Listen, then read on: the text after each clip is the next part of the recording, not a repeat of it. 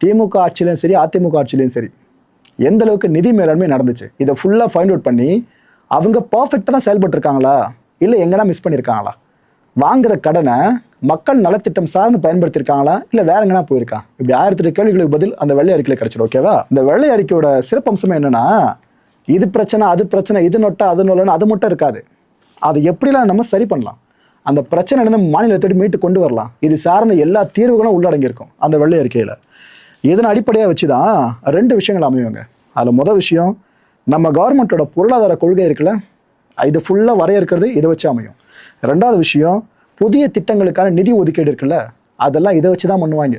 இப்போ புரியுதா வெள்ளை அறிக்கை எவ்வளோ முக்கியம்னு சொல்லிட்டு. அண்ட் இந்த வெள்ளை அறிக்கையை ஒன்று துறை வாரியாக வெளியிடுவாங்க, இந்தந்த துறைக்கு எது வெள்ளை அறிக்கைன்னு வெளியிடுவாங்க. அப்படி எது கன்ஃபியூஷன் ஏற்படுத்தணும் அப்படின்னு அரசு நினச்சிருச்சுனாக்கா எல்லா துறைகளுக்கும் சேர்த்து மொத்தமாக ஒரே ஒரு வெள்ளை அறிக்கை வெளியிட்டுருவாங்க. எனக்கு தெரிஞ்சு செகண்டாக சொன்ன பார்த்தீங்கன்னா அது நடக்க வாய்ப்புகள் அதிகமாக இருக்குது. இது வருஷத்துக்கு ஒரு முறை வெளியிடுவாங்க. அப்படி இல்லையா ஒரு கட்சியோட ஆட்சி முடியுது பார்த்தீங்களா, அந்த ஆட்சி முடிஞ்ச பிற்பாடு வெளியிடுவாங்க.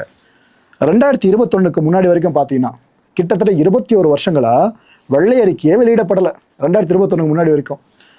கடைசியாக பார்த்தீங்கன்னா திமுக பற்றி அதிமுக ஒரு முறை வெள்ளை அறிக்கை வெளியிட்டு இருந்துச்சு.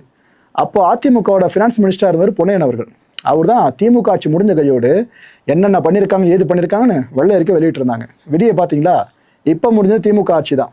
இப்போ டிவிகே சைட்லேருந்து அந்த வெள்ளை அறிக்கை வெளியிட போகிறாங்க. எப்போ திமுக ஆட்சி முடியறதா இருந்தாலும் இது போல் வெள்ளை அறிக்கை சார்ந்து அதிமுக எதிர்க்கிற விஷயத்தை பண்ணிச்சும் பார்த்தா டிவிக்கும் அதே தான் பண்ணுறாங்க. இப்போ 2021 வருஷம் அப்போதைய தமிழ்நாட்டின் நிதியமைச்சராக இருந்த பழனிவேல் தியாகராஜன் அவர்கள் வெள்ளை அறிக்கை வெளியிட்டிருந்தாருங்க. 120 பக்கங்களை கொண்ட ஒரு டீட்டெயில்டான ஒரு வெள்ளை அறிக்கை அதாவது அமைஞ்சிருந்துச்சு. அதில் குறிப்பிடப்பட்ட முக்கியமான நம்பர்ஸை இப்போ கூட ஷேர் பண்ணிக்கிறேன். பல அறிவாளிகள் சொல்லுவாங்களே, கவர்மெண்ட் எவ்வளோ கடன் தான் உனக்குன்னா பிரச்சனை, அதெல்லாம் ஒன்றும் இல்லை, உன் வேலை நீ பாரு அப்படின்ட்டு. அதெல்லாம் நம்பாதீங்க மக்களே. கவர்மெண்ட்ன்றது மக்களுக்காக ரன் ஆகிட்டு இருக்கிறது, மக்கள் கொடுக்குற வரி பணத்தில் ரன் ஆகிட்டு இருக்கிறது. அந்த ஒரு மிஷின் பெருசாக ஓடணுனாக்கா மக்கள் கிட்டேருந்து வர வரி பணம்ன்ற ஃபியூல் இருக்குல்ல, அது ரொம்ப ரொம்ப தேவை. அதனால் கவர்மெண்ட்டுக்கு ஒரு கடன் இருக்குன்னா அது நமக்கும் இருக்கிறதா தான் அர்த்தம். ஏன்னா கவர்மெண்ட் மக்களுக்கான நலத்திட்டங்களை செய்கிறாங்களே, என்ன பாக்கெட்டில் நேரத்து கொடுக்குறாங்க அவங்க வீட்டிலேருந்து, எல்லாம் மக்களோட பணம் தான், அதை தான் திரும்பி சைக்கிள் பண்ணிட்டு இருக்காங்க, அவ்வளோதான். ஸோ இதில் நம்மளுக்கு பங்கில்லைன்னு நினச்சிக்காதீங்க, இருக்குது.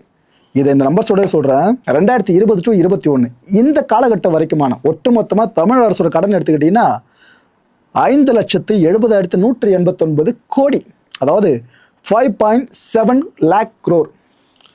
ஒரு குடிமகன் செலுத்துகிற வட்டி இது எவ்வளோ தெரியுமா? ஒரு வருஷத்துக்கு 7,700 ரூபாய். தமிழ்நாட்டில் வாழ்ந்துட்டு இருக்க நீங்கள் நல்லா இருக்கோல, ஒவ்வொருத்தர் தலைக்கும் தமிழ்நாட்டோட ஒரு குடிமகனோட மொத்த கடன் எடுத்துக்கிட்டிங்கன்னா இதுலேருந்து நம்ம பங்கு போட்டுக்கணும். 1,10,000 ரூபா.